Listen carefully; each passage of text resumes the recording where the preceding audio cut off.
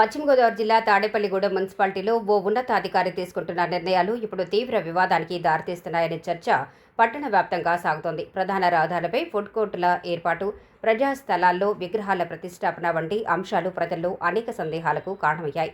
స్థానికులు చెబుతున్న వివరాల ప్రకారం ట్రాఫిక్ రద్దీ, పాదచారుల భద్రత, పట్టణ ప్రణాళిక నిబంధనలు, ప్రజా ప్రయోజనాలను పక్కన పెట్టి ఈ నిర్ణయాలు తీసుకున్నారనే ఆరోపణలు వినిపిస్తున్నాయి. దీంతో ప్రజలకు ఇబ్బందులు ఎదురవుతున్నాయని వారు ఆందోళన వ్యక్తం చేస్తున్నారు.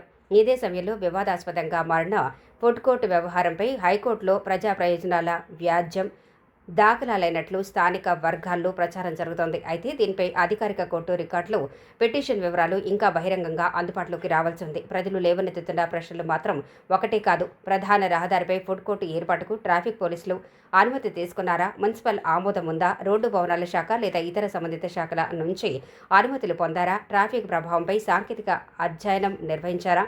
పట్టణ ప్రణాళిక నిబంధనలు పూర్తిగా పాటించారా? ప్రజల అభిప్రాయాలు సేకరించారా అనే ప్రశ్నలు వరుసగా వినిపిస్తున్నాయి. అంతేకాదు, ఫుడ్ కోర్టులో పాటు విగ్రహాల ఏర్పాటుకు కూడా చట్టబద్ధత అనుమతులు లేకుండానే పనులు జరుగుతున్నాయనే ఆరోపణలు వ్యక్తమవుతున్నాయి. ఈ ఆరోపణలో నిజానిజాలు ఏమిటో ప్రజలకు తెలియజేయాల్సిన బాధ్యత సంబంధిత అధికారులపై ఉందని స్థానికులు అంటున్నారు. ప్రజాధనం, ప్రజా సంస్థలు, ప్రజా ప్రయోజనాలకు సంబంధించిన ప్రతి నిర్ణయంలో సంపూర్ణ పారదర్శకత ఉండాలని ప్రజలు కోరుతున్నారు.